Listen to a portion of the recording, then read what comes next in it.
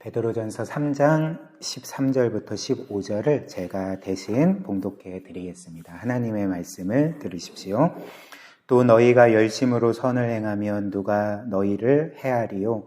그러나 의를 위하여 고난을 받으면 복 있는 자니 그들이 두려워하는 것을 두려워하지 말며 근심하지 말고 너희 마음에 그리스도를 주로 삼아 거룩하게 하고 너희 속에 있는 소망에 관한 이유를 묻는 자에게는 대답할 것을 항상 준비하되 온유와 두려움으로 하라. 아멘.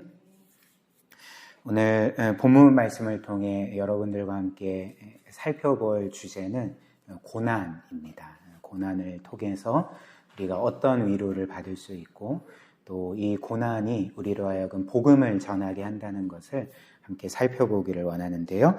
그래서 저는 오늘 두 부분으로 이 말씀을 살펴보고자 합니다. 첫 번째는 고난은 우리에게 이상한 일이 아니라는 것. 그래서 이 고난이 우리를 당황케 할 때에 그것을 어떤 면에서 우리가 당연하게 여겨야 된다는 것 함께 살펴볼 거고요.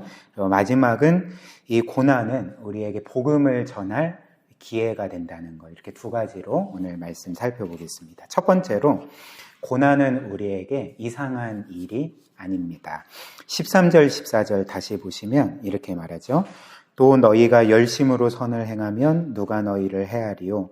그러나 의를 위하여 고난을 받으면 복 있는 자다, 이렇게 말합니다. 의를 위하여 고난을 받으면, 이렇게 말하는데, 이는 바꿔 말하면 우리에게 어떤 사실을 알려줄까요? 우리가 이 땅에서 하나님의 뜻을 따라서 거룩하고 의롭게 살 때에 고난을 당할 수 있다라는 거죠. 사실 이 세상 관점에서 한 사람이 의롭게 살면 법을 다 지키고 그래서 준법 정신이 철저한 삶을 살아가면 사실 고난당할 이유가 없지 않겠습니까?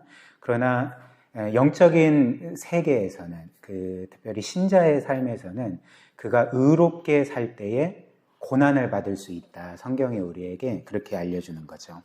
그래서 디모데후서 3장 12절 보면 사도 바울이 자신의 아들과 같은 디모데에게 이렇게 말하는데요. 무릇 그리스도 예수 안에서 경건하게 살고자 하는 자는 박해를 받으리라, 이렇게 말합니다. 놀랍게도 불의하게 살고자 하는 자는 박해를 받으리라 이렇게 말하지 않고 오히려 그리스도 안에서 경건하게 살고자 하는 자는 박해를 받는다, 이렇게 말하는 거죠. 실제로 당시 초대교회 성도들은 우리가 알다시피 박해를 받았습니다. 그들은 일단 유대인들에게는 이단 취급을 받으며 박해를 당했고요. 그리고 로마인들에게는 그들이 황제를 거스르고 로마 신들을 부정한다는 이유로 많은 박해를 받았죠. 물론 지금은 이슬람 국가들을 제외하고는 그리스도인들이 신앙 때문에 물리적인 박해를 받는 경우는 거의 없습니다. 우리나라도 그렇죠. 그러나 우리가 기억해야 될 것은 이렇게 기독교 신앙을 따라 산다는 것이 꽃길을 걷는 것이 결코 아님을 우리가 기억을 해야 된다는 거죠. 우리는 성경 말씀대로 우리가 이 땅에서 하나님의 뜻대로 살고자 하면, 의롭게 살고자 하면 어려움을 겪게 되고요. 그리고 심하면 박해를 받게 된다는 것입니다. 왜 그럴까요? 왜냐하면 우리가 곰곰이 생각을 해보면 우리가 신앙을 갖고 살고 있는 이 세상 자체가 원래는 어떤 세상입니까? 과거 우리를 포함해서 이 세상 자체는 하나님을 거스르는 세상입니다. 하나님께 반역한 세상이고, 그래서 사실 이 세상은 하나님을 결코 호의적으로 생각하거나 대하지 않는 그런 세상인 것이죠. 그래서 이 세상을 가득 채우고 있는 것이 무엇입니까? 우리가 매스컴을 봐도, TV를 봐도, SNS상의 여러 모습들을 봐도, 역사를 봐도 이 세상 자체는 하나님을 거스르고 대적하는 그 사상과 가치관과 문화로 가득 차 있지 않습니까? 그래서 우리가 이런 상황에서 신앙을 따라 살게 되면 그게 쉬운 것이 아니라는 거죠. 모든 사람들이 하나님을 거스를 때 우리가 하나님을 믿고 하나님의 뜻대로 산다는 것은 이제 어려움을 의미하고 심하면 박해를 받을 수 있다는 것입니다. 물론 지금의 한국교회의 경우도 많은 이들에게 그 비판을 받고 또 어떤 면에서 공공의 적처럼 여겨지는 시대에 우리가 살고 있지 않습니까? 물론 한국교회가 이렇게 비판을 받고 사람들의 공격을 받는 것은 그 지금까지 한국교회가 저지른 여러 잘못들 때문이기도 합니다. 그러나 한번 제가 이런 질문 해볼게요. 만약 그 모든 성도와 우리가 거룩하고 의롭고 선하게 살면 사람들이 우리를 좋아할까요? 환영할까요? 그렇지 않습니다. 그 이에 대해서 성경이 그럴 수도 있지만 꼭 그렇지 않다라고 우리에게 알려주는 거죠. 예를 한번 들어볼까요? 이 성경이 기록된 그 2000년 전의 초대교회 시대를 보면 먼저 예수님을 한번 살펴보죠. 2000년 전에 예수님께서 이 세상에 오셔서 참 어떤 면에서는 이 세상에 유일무이한 사람으로서 완벽한 삶을 사시지 않았습니까? 그러나 사람들은 그 예수님을 어떻게 대했을까요? 그 예수님을 미워하고 또 박해하고 마지막에는 십자가에 못 박아 죽여버리지 않았습니까? 그러니까 이는 무엇 때문이었습니까? 예수님이 어떤 잘못을 했기 때문이 아니라 오히려 예수님이 그들의 모든 죄악들을 밝히 드러내는 완벽한 삶과 진리의 말씀을 전하셨기 때문에 그런 거죠. 그래서 빛이신 예수님으로 인해서 자신들의 죄악이 드러나게 될 때 사람들은 예수님을 미워했고 박해하고 그 예수님을 십자가에 못 박아 죽였습니다. 물론 하나님께서는 그 예수님의 죽음으로 우리를 구원하셨지만 예수님이 박해를 당한 것은 그분의 잘못이 아니라 도리어 그분의 거룩함과 의로움 때문이었던 것이죠. 무엇보다도 사람들이 예수님을 박해했던 그 가장 주요한 이유는 그 예수님이 자신을 가리켜 나는 너희를 창조한 창조주고 너희의 진정한 왕이다라고 밝히셨기 때문에 그렇습니다. 그래서 그 아담과 하와의 타락 이후로 모든 사람들은 자신이 하나님이 되려고 하는 본성을 갖고 있지 않습니까? 이런 본성에서 내가 너희의 창조주고 그리고 나는 너희의 왕이고 너희는 내 뜻대로 살아가야 된다는 그런 절대적인 그 진리를 전하셨을 때에 사람들은 이 예수님을 미워했던 거죠. 박해했던 거죠. 또한 그 초대교회도 마찬가지입니다. 그 역사나 또 성경에서 우리가 보는 그 바에 따르면 그 당시 초대교회는 특별히 두 가지 면에서 당시 로마 사람들과는 현격히 다른 삶을 살았습니다.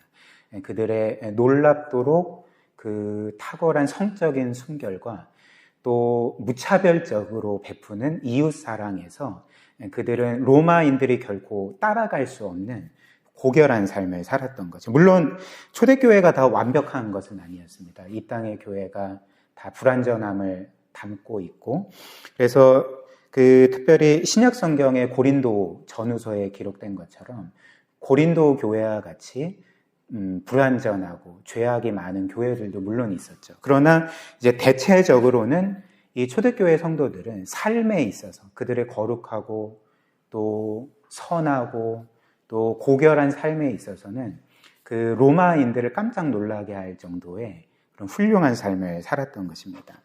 그렇다면 로마 사람들이 이 초대교회 성도들을 좋아했을까요? 호의적이었을까요? 물론 그런 사람들도 있었지만 대체적으로 이들이 받는 그 대우는 핍박이었던 거죠. 그래서 우리가 알다시피 그 로마 제국 안에서 기독교가 공인된 때가 그 330년경인데 이제 그때까지 300년 동안 교회는 크고 작은 핍박들을 계속 겪어야 됐던 것입니다. 따라서 오늘 성경이 우리에게 알려주는 것처럼 우리가 신앙을 따라 살 때 우리의 정체성이 나는 예수 그리스도를 믿는 사람이다. 예수께서 나의 구주시다. 그렇기 때문에 그분의 뜻에 어긋나는 것들은 나는 미안하지만 하지 않겠다라는 정체를 우리가 꾸준히 이 세상 사람들에게 밝힐 때에 우리는 어려움을 겪을 수밖에 없고 그리고 심하면 박해를 받을 수밖에 없다는 것입니다. 그러나 그럼에도 불구하고 이것을 전혀 이상하게 생각하면 안 된다. 그래서 우리가 신앙 때문에 어려움을 겪을 때 그래 지금까지는 이런 어려움들이 없었는데 올 게 왔구나라고 우리가 받아들여야 된다. 이게 오늘 성경의 메시지인 거죠. 그래서 그 베드로전서 4장 말씀으로 넘어가면 12절, 13절에 이렇게 말합니다. 한번 보십시오. 사랑하는 자들아, 너희를 연단하려고 오는 불시험을 이상한 일 당하는 것 같이 이상히 여기지 말고 오히려 너희가 그리스도의 고난에 참여하는 것으로 즐거워하라. 이는 그의 영광을 나타내실 때에 너희로 즐거워하고 기뻐하게 하려 함이라. 그래서 여기에서 불시험이라는 것은 그들이 그때 당시에 받았던 핍박을 의미하는 거죠. 근데 이 핍박, 불시험을 당할 때 이상한 일 당하는 것 같이 여기지 말고 오히려 의로우셨지만, 가장 선하시고 거룩하셨지만 핍박을 받은 그리스도의 고난에 참여하는 것처럼 여겨서 즐거워하라. 그리고 그의 영광이 나타내실 때에 그 주께서 너희를 영광 가운데 받으실 거다. 그렇기 때문에 즐거워하고 기뻐하라. 이렇게 말씀을 하는 것입니다.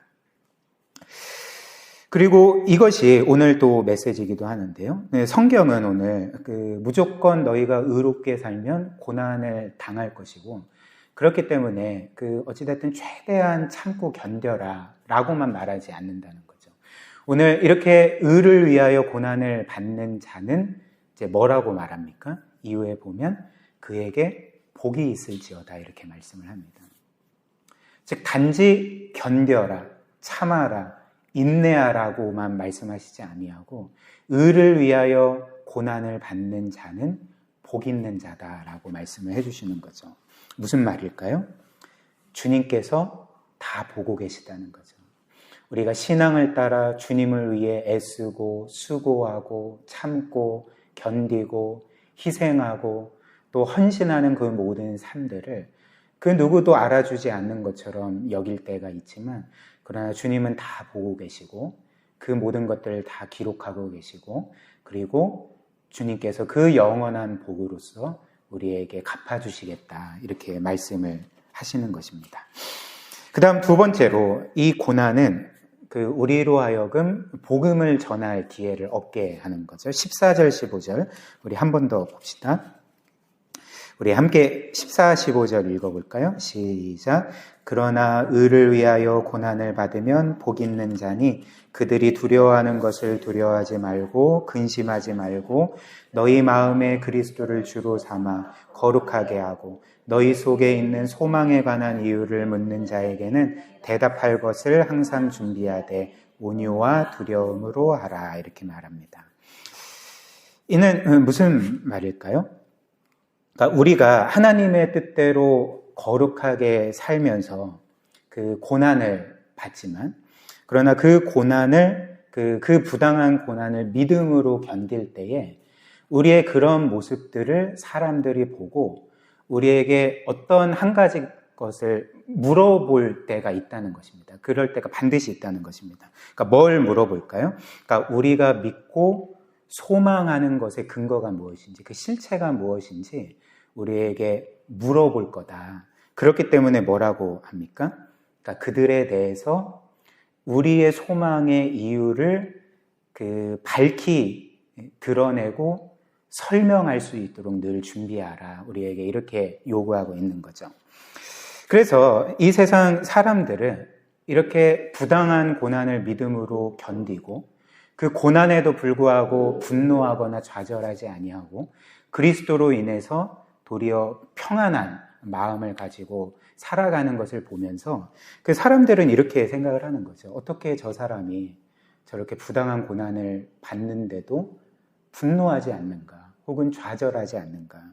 어떻게 그들이 받는 악을 악으로 갚지 않고 선으로 갚을 수 있지? 이렇게 생각을 하면서 우리에게 이렇게 묻는다는 것입니다. 당신이 그렇게 할 수 있는, 당신이 붙들고 있는 그 소망의 이유가 뭐요? 라고 우리에게 물을 수가 있다는 것입니다.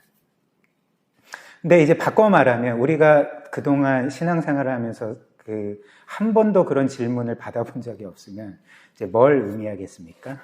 그러니까 우리가 이제 신앙을 따라 제대로 살지 않았음을 의미를 하는 거죠. 그런데 어찌됐든 성경은 반드시 너희가 믿음으로 고난을 이겨내고 견디면서 분노가 아니라 좌절이 아니라 도리어 주님께서 주시는 평안 가운데 살게 되면 사람들이 그 소망의 이유를 반드시 물어볼 거다. 그럴 때에 너희는 그 소망의 이유를 그들에게 설명하고 그들에게 드러내는 일에서 늘 준비가 되어 있어야 된다. 이렇게 우리에게 알려주는 거죠. 그래서 여기에서 우리는 전도와 관련해서 이제 몇 가지를 살펴볼 수가 있는데요. 한 3가지를 살펴보겠습니다. 첫 번째로 이 전도라는 것은 일단 우리의 관계성 안에서 이루어진다는 것을 보게 되는 거죠. 왜 그럴까요?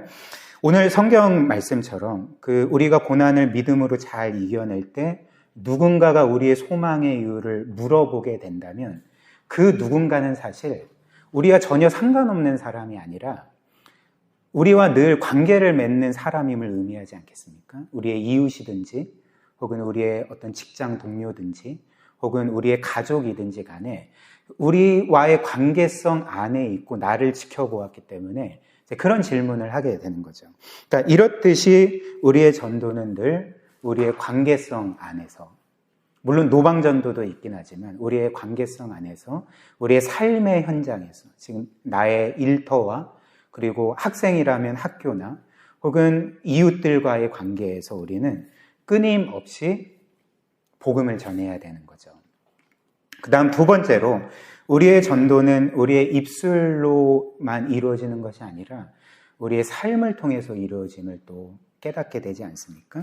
한번 생각을 해보십시오. 만약 우리가 이 세상 사람들, 우리의 친구들, 이웃들, 우리의 가족들이 우리의 신앙의 이유에 대해서 전혀 궁금해하지 않는 그런 삶을 우리가 살아가게 된다면 우리는 그들에게 사실 복음을 전하기가 굉장히 힘들 것입니다.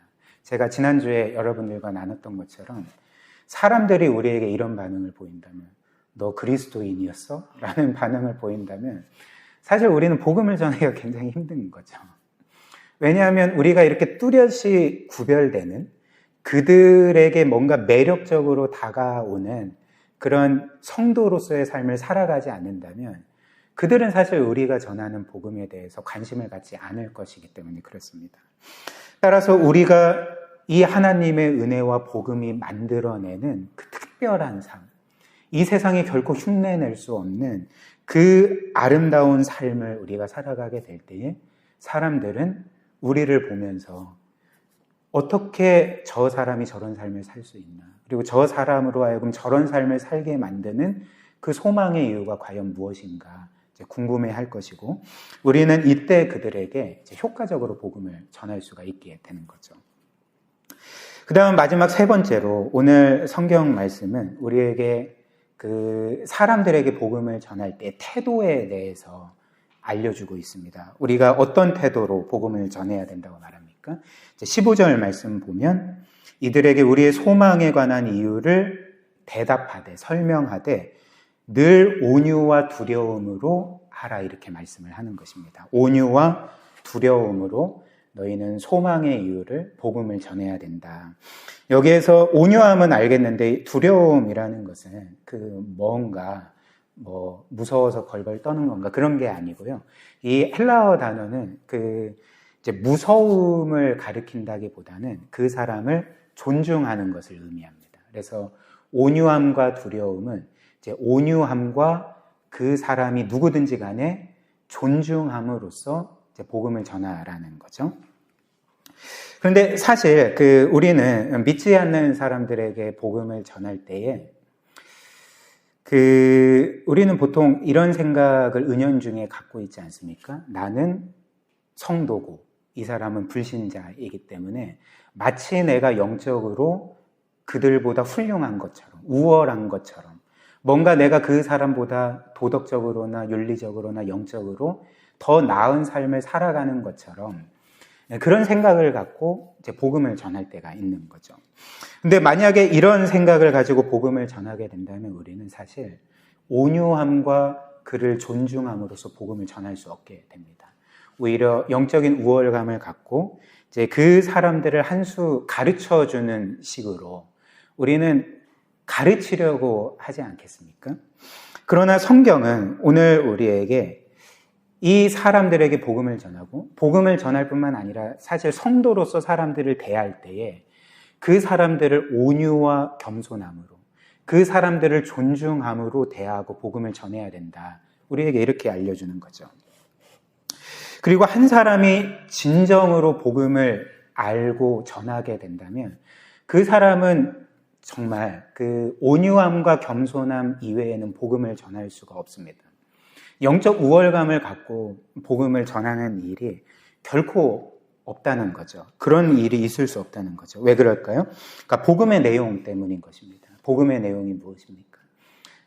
바로 내가 구원을 받은 것이 내가 이 믿지 않는 사람보다 영적으로 더 훌륭하고 우월하기 때문에 혹은 도덕적으로 더 나은 삶을 살았기 때문에 혹은 이 사람보다 덜 죄를 지었기 때문에 구원받은 것이 아니라 정말 신자인 나나 불신자인 저 사람들이나 하나님 앞에서는 똑같은 죄인이고 도리어 어떤 면에서는 내가 저 사람들보다 더 큰 죄인일 수 있는데 그럼에도 불구하고 하나님은 나를 은혜로 사랑해 주셨고 그리스도께서 나를 위해 행하신 모든 일 안에서 나를 값없이 받아주셨다는 것이 바로 복음이기 때문에 이 복음을 정말 알고 믿는 사람은 다른 사람들에 대해서 영적 우월감을 결코 가질 수가 없는 거죠. 왜냐하면 나의 나된 것은 내 노력이나 훌륭함 때문이 아니라 하나님의 은혜이기 때문에 그렇습니다.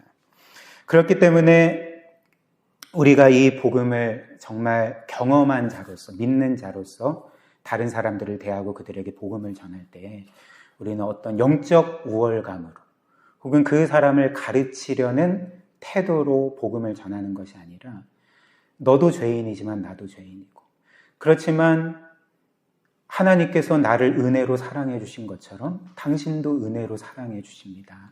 그리고 하나님은 당신을 구원하시기를 원하십니다. 라는 그 주님의 마음으로 제 온유함과 겸손함과 그리고 그를 나보다 늘 낮게 여기고 더 훌륭하게 여기면서 그에게 복음을 전하게 된다는 것입니다. 이런 따뜻한 복음을 전하면서 우리가 영혼들을 주님께로 인도할 수 있게 되는 거죠. 오늘 이 말씀처럼 우리가 늘 복음의 은혜 안에 거해서 정말 온유함과 겸손함으로 모든 사람들을 따뜻하게 대하고 그리고 나보다 더 나은 사람으로 여기고 그리고 정말 이 값없이 주어지는 주의 복음을 전하는 우리 모두가 되었으면 좋겠습니다.